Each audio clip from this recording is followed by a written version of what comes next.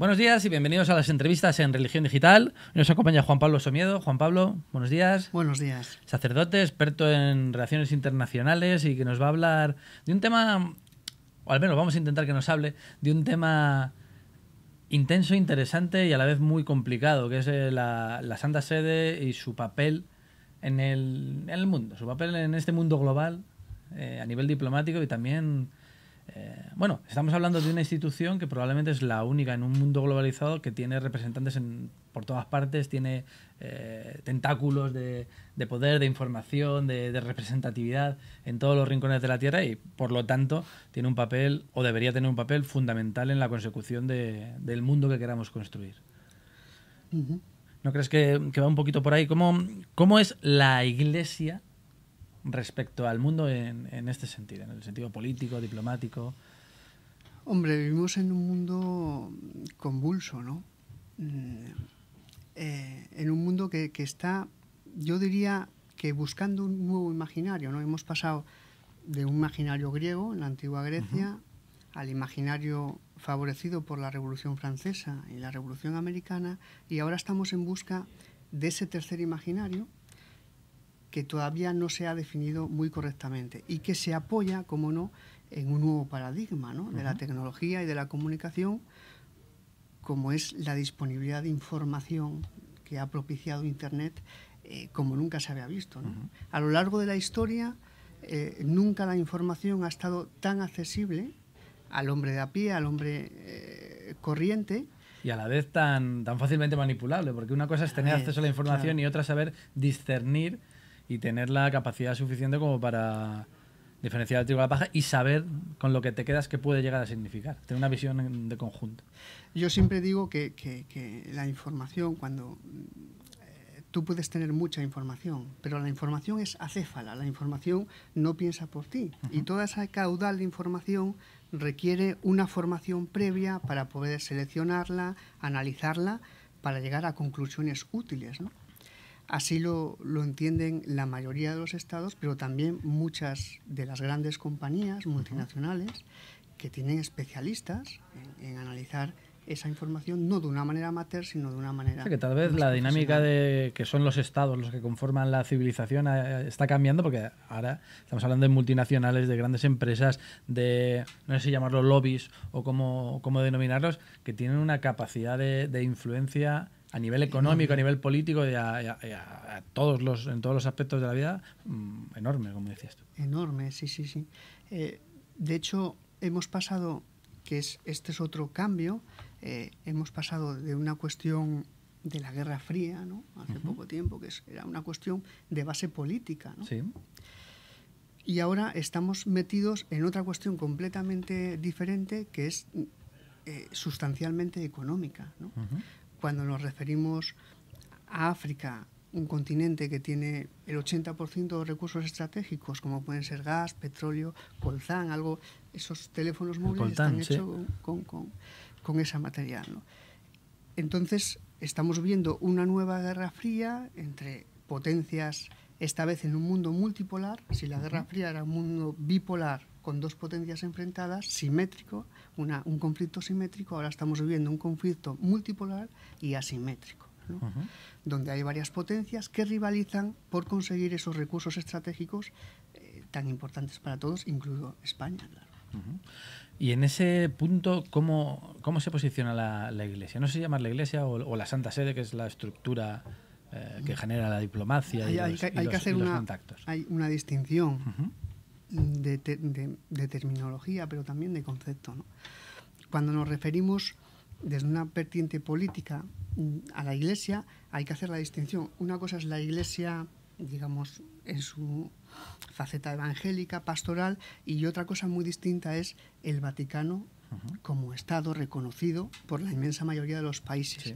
Y a continuación de esto hay otra diferencia, es que el Vaticano es una realidad bastante reciente, de 1929, ¿sí? La Ciudad del Vaticano, pero sin embargo la Santa Sede es prácticamente desde el comienzo mismo del cristianismo, y las relaciones internacionales a nivel diplomático siempre se utiliza la terminología Santa Sede, ¿no? Sí. Pero conviene tener en cuenta estas distinciones, ¿no? Decía Stalin lo de aquello de cuántas divisiones tiene el Papa y bueno, en no realidad... Tenía divisiones, no pero tenía sí divisiones, información, ¿eh? Pero muchísima información, sí. Sí. A lo largo de la historia y de nuestra historia reciente, claro, no solo los nuncios, sino la cantidad de representantes diplomáticos, incluso... No sé si hablamos de literatura o no, de investigadores, de detectives, muy entre comillas. Eso es un papel importante que también genera una responsabilidad absolutamente relevante. La Santa Sede es un actor, o debería ser un actor de primer orden en esta construcción del nuevo orden mundial.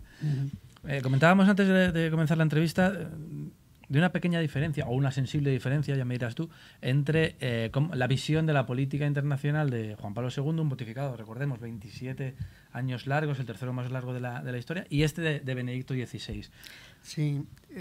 De hecho, cuando Benedicto XVI, antiguo cardenal Joseph Ratzinger, fue elegido, pues una de las dudas que se planteaban es decir, ¿cómo va, en cuestiones de política exterior, cómo va este hombre a igualar la trayectoria de Juan Pablo II, ¿no? Que era impresionante, ¿no? Era un carisma, era el hombre de la intuición, el hombre de la imagen, ¿no? Juan Pablo II era el hombre de la imagen, de la intuición. Benedicto es otra personalidad, ¿no? Es más metódico, un hombre de acción, un hombre más volcado en lo intelectual. Pero indudablemente hay diferencias muy notables, ¿no? Juan Pablo II también es verdad que vivió en una época complicada. El fin de la Guerra Fría. El fin de la Guerra Fría. Él contribuyó a aquellas palabras desde el balcón, ¿eh? No tengáis miedo. Aquello significó el principio del fin del comunismo en Polonia, ¿no? Y la caída del muro de Berlín. El mero hecho de ser polaco y de haber vivido lo que vivió en su biografía personal y la época en la que... Se ha escrito mucho del tridente que formaban Juan Pablo II, la Santa Sede, Margaret Thatcher y el presidente americano. Ajá. Era un tridente que se llevó por delante, pues eso, pues todo. Y al hilo de esto, claro, muchas veces la historia nos enseña, podemos interpretar la historia a vista pasada, ¿no? Claro. Al hilo de esto se interpreta muy bien qué sucedió con la teología de la liberación, ¿no? Evidentemente un papa que estaba combatiendo... O sea, no era una cuestión tanto de ortodoxia como de... Yo creo que era una cuestión política. Porque, claro, no puedes decirle a Estados Unidos que tú vas a combatir el comunismo en Polonia permitiendo la teología de liberación en Latinoamérica, que era un escenario de la Guerra Fría, ¿no? Pero aún así creo que también se cometieron errores, ¿no? Sí es cierto que había un contenido marxista en la teología de liberación, pero no creo que fuera... el fundacional. No creo que sea la esencia de la teología de liberación. Lo que pasa que en ese contexto, evidentemente, el Papa Juan Pablo tuvo que tomar una decisión, ¿no? Y recordemos que ha costado vidas eso en la Iglesia. Todos recordamos Monseñor Óscar Romero o el caso de los jesuitas. Ellacuría y demás. Ellacuría y demás en El Salvador. Y últimamente Gerardi, que probablemente posteriormente Gerardi, en el que también... son casos, el de Guatemala, que no se terminan de entender todavía, no se ha dado demasiada publicidad al asunto, pero al final es la lucha de hombres que no se siente respaldado por una institución que podría haber hecho probablemente bastante más. Pues sí, y además cuando vas analizando un poco, yo tuve la suerte de hacerlo, ¿no? Cómo se desarrollaron algunos acontecimientos, ves cosas realmente... Los jesuitas eran ciudadanos españoles, tenían nacionalidad allá, pero en ciudadanos españoles. 8 meses antes de que fueran asesinados, la CIA lo sabía que algo estaba moviendo en el Estado Mayor y también nuestros servicios de inteligencia aquí lo sabían. Bueno, pues 8 meses antes del asesinato se desmanteló la antena que tenía el CNI en El Salvador y se vinieron todos a España. No saber, no querer saber. Ahí lo dejo, ¿no? ¿Qué diferencias hay con la política que está siguiendo la política diplomática de Benedicto XVI? Porque sí se están viendo algunos acercamientos con el tema de China, Taiwán, el tema de Cuba, que ya es cierto que Juan Pablo II sí que con Juan Pablo II sí que hubo un acercamiento muy importante.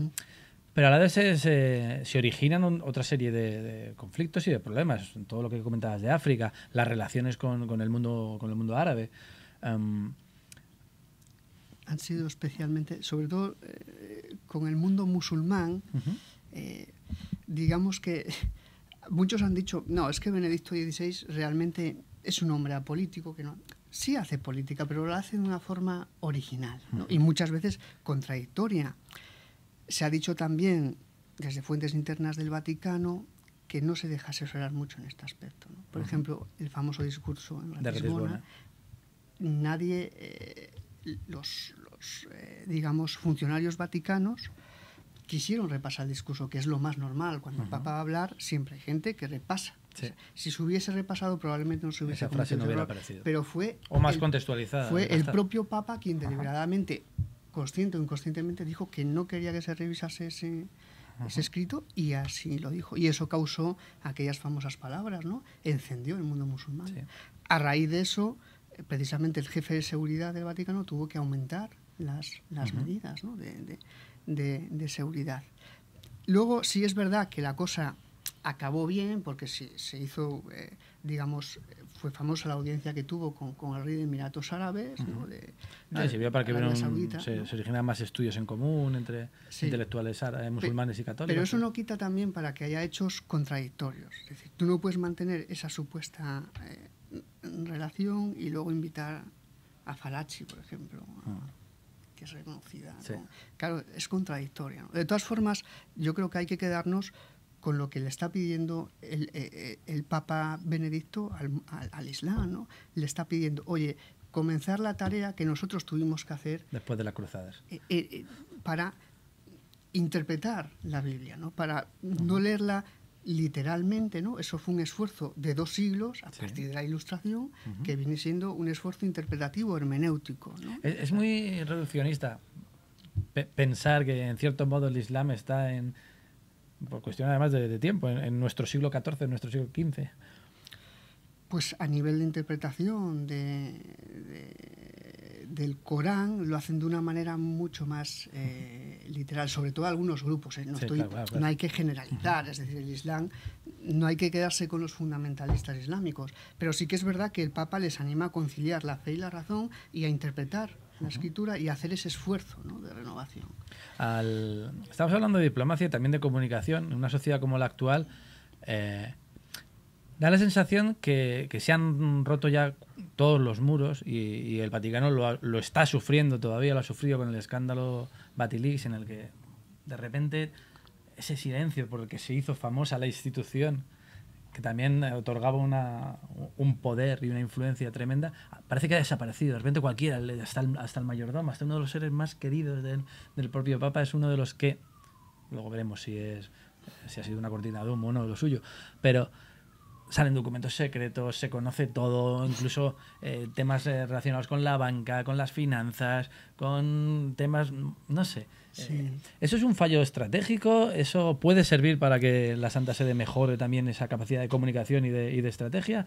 En cierto modo, ¿no deja de ser una lucha interna de poder y los culpables están todavía adentro? Yo creo que ciertamente sí tiene que mejorar en la manera en cómo analiza cuestiones que tienen que ver con la información que recibe y también cuestiones de seguridad interna, ¿no? Pero eso pasa en la Santa Sede, en cualquier estado, y si repasas un poco los estados, pues verás filtraciones de información y pasan en las grandes compañías multinacionales, pasa en casi todos los sitios. Pero sí que es verdad que hay, yo creo, un déficit de ese manejo de la información, ¿no?